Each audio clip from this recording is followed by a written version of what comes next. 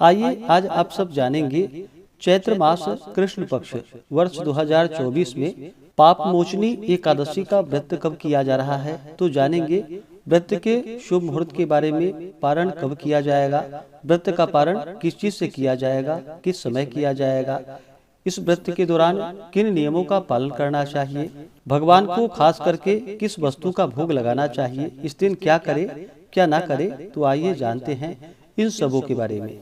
प्रत्येक माह के कृष्ण पक्ष और शुक्ल पक्ष की एकादशी तिथि के दिन एकादशी का व्रत धारण किया जाता है। एकादशी का व्रत जो कि भगवान विष्णु भगवान श्री कृष्ण को अति प्रिय होता है, इसे एकादशी या ग्यारस व्रत के नाम से जाना जाता है। प्रत्येक एकादशी व्रत का अपना अपना विशेष महत्व माना गया है। इसी प्रकार से चैत्र माह के कृष्ण पक्ष में पड़ने वाली पाप मोचनी एकादशी व्रत का अपना विशेष महत्व है। जो भी भक्त सच्ची श्रद्धा के साथ, नियम और निष्ठा के साथ पाप मोचनी एकादशी का व्रत धारण करते हैं, तो इस व्रत के प्रभाव से व्यक्ति के सभी प्रकार के पापों का नाश होता है। यदि कोई जीव मृत्यु से पूर्व दुखी है, तो इस एकादशी व्रत का फल आप यदि संकल्प करके उनके कान में कह दें, तो वह महापापी जीव भी मोक्ष पा जाता है। इस दिन भगवान विष्णु, माता लक्ष्मी और भगवान श्री कृष्ण के चतुर्भुजी स्वरूप का पूजन करना चाहिए। इस व्रत को धारण करने वाले को, कथा श्रवण करने वाले को, जो कि हजारों गौदान का पुण्य फल प्राप्त होता है, तथा ब्रह्म हत्या, स्वर्ण चुराने का पाप, शराब पीने का पाप, गुरु पत्नी गमन का पाप एवं संसार के समस्त पापों को यह पाप मोचनी एकादशी जो कि नष्ट करने वाली है। जो भी भक्त एकादशी का व्रत धारण करते हैं, उन्हें एकादशी व्रत के लिए, जो कि दशमी, एकादशी और द्वादशी, इन 3 दिनों तक व्रत में नियमों का पालन करना चाहिए। इन 3 दिनों में जो कि काश्य पात्र में भोजन नहीं करना चाहिए, मसूर, चने, मिथ्या भाषण, शाक, शहद, तेल, मैथुन, द्युत और काम क्रोध आदि का त्याग करना चाहिए। व्रती को दशमी के दिन से नियम का पालन करना चाहिए। दशमी तिथि के दिन और द्वादशी तिथि के दिन, इन दोनों दिनों जो कि हविष्यान्न भोजन ग्रहण करना चाहिए। हविष्यान्न भोजन में जैसे कि जौ, गेहूं, मूंग, सेंधा नमक, काली मिर्च, शर्करा और गौघृत आदि का जो कि एक बार भोजन दशमी और द्वादशी के दिन जहाँ तक हो सके करना चाहिए। दशमी के दिन सूर्यास्त होने से पहले ही भोजन करना चाहिए।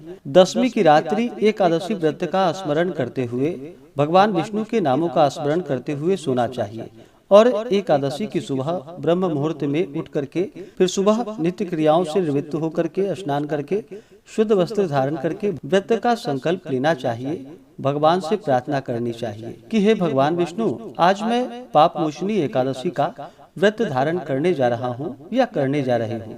इस प्रकार से भगवान से प्रार्थना करें कि यह व्रत मेरा निर्विघ्न पूरा हो, हमें पुण्य फलों की प्राप्ति हो, हमारे सभी प्रकार के पापों का नाश हो। आपके मन में जो भी इच्छा हो, जो भी कामना हो, वह भगवान विष्णु से कहनी चाहिए। और पूर्ण श्रद्धा भक्ति भाव के साथ, जो कि एकादशी के दिन दिन रात्रि उपवास रहते हुए, जो उपवास नहीं रह पाए तो आप एक समय फलाहार ग्रहण करके व्रत को धारण करें और भगवान का जो कि सुबह के वक्त और शाम के वक्त पूरे विधि विधान के साथ भगवान विष्णु, माता लक्ष्मी और भगवान श्री कृष्ण का पूजन करना चाहिए। इस दौरान एकादशी व्रत का कथा श्रवण करनी चाहिए। भगवान विष्णु के स्तोत्र आदि का पाठ या श्रवण करनी चाहिए। भगवान की आरती करनी चाहिए। इस दिन भगवान का जो कि उत्तम प्रकार के गंध पुष्प, धूप, दीप आदि से पूजन करके नैवेद्य आदि अर्पित करनी चाहिए। भगवान विष्णु को अक्षत नहीं चढ़ाया जाता है, इस बात का ध्यान रखें।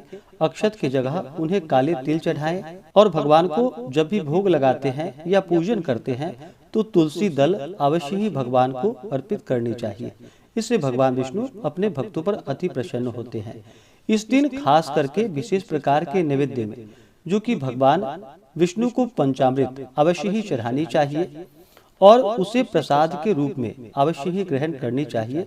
इस प्रकार से करने से व्यक्ति के सभी प्रकार के पापों का नाश होता है तथा अनंत पुण्य फलों की प्राप्ति होती है।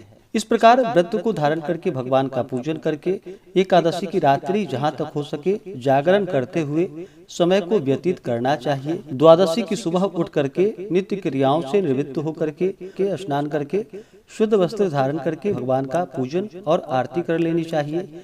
इसके बाद फिर ब्राह्मणों को भोजन करवाएं, ब्राह्मणों को दान और दक्षिणा दे, गरीबों को भोजन करवाए और फिर समय के अनुसार व्रत का पारण करना चाहिए। व्रती को व्रत के दौरान किसी के ऊपर क्रोध नहीं करनी चाहिए। अपने मन में किसी के प्रति ईर्ष्या या द्वेष का भाव नहीं लाना चाहिए। ब्रह्मचर्य का पालन करना चाहिए।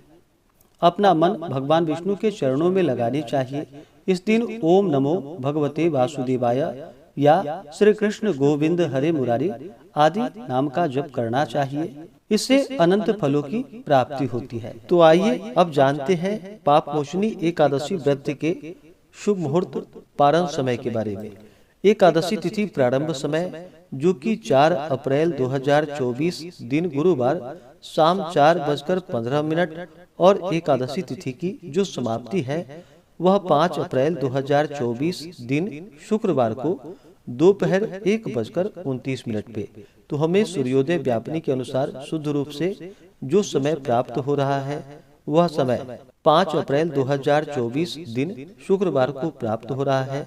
तो सभी 5 अप्रैल को व्रत धारण करेंगे। 10वें दिन नियम का पालन जो कि 4 अप्रैल को करेंगे और एकादशी का व्रत 5 अप्रैल को धारण करेंगे और व्रत का पारण जो कि 6 अप्रैल को किया जाएगा। एकादशी व्रत का जो पारण किया जाता है, पारण हरिवासर की समाप्ति के बाद व्रत का पारण करना चाहिए।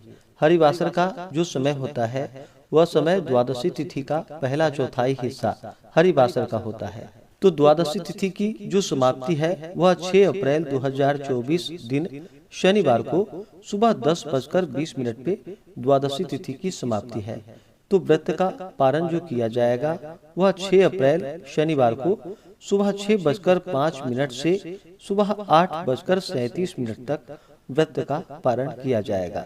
पाप मोचनी एकादशी व्रत का पारण जो कि गो घृतेन पारणम यानी कि गाय के दूध के घी से इस व्रत का पारण किया जाएगा। यह संभव ना हो पाए तो आप तुलसी दल, जल या फल से व्रत का पारण करें। एकादशी तिथि के दिन ब्रह्म मुहूर्त का जो समय है वह समय सुबह 4:35 से सुबह 5:21 तक होगा। सूर्योदय का समय सुबह 5:45 और सूर्यास्त शाम 6:16। राहु काल का जो समय होगा 5 अप्रैल को वह समय सुबह 10:26 से दोपहर 12:01 तक होगा और 6 अप्रैल को राहु काल सुबह 8:52 से सुबह 10:26 तक होगा। राहु काल समय के दौरान कोई भी शुभ कार्य या नया कार्य नहीं करना चाहिए, इस बात का ध्यान रखें। नक्षत्र जो कि धनिष्ठा नक्षत्र शाम 6:07 तक होगा। उसके बाद शतभिषा नक्षत्र। योग जो कि एकादशी तिथि के दिन श्राद्ध योग होगा सुबह 9:56 तक। उसके बाद शुभ योग होगा। तो इस दिन भगवान का पूरे विधि विधान के साथ पूजन करें, कथा श्रवण करें, भगवान की आरती करें, भगवान के नाम का जप करें।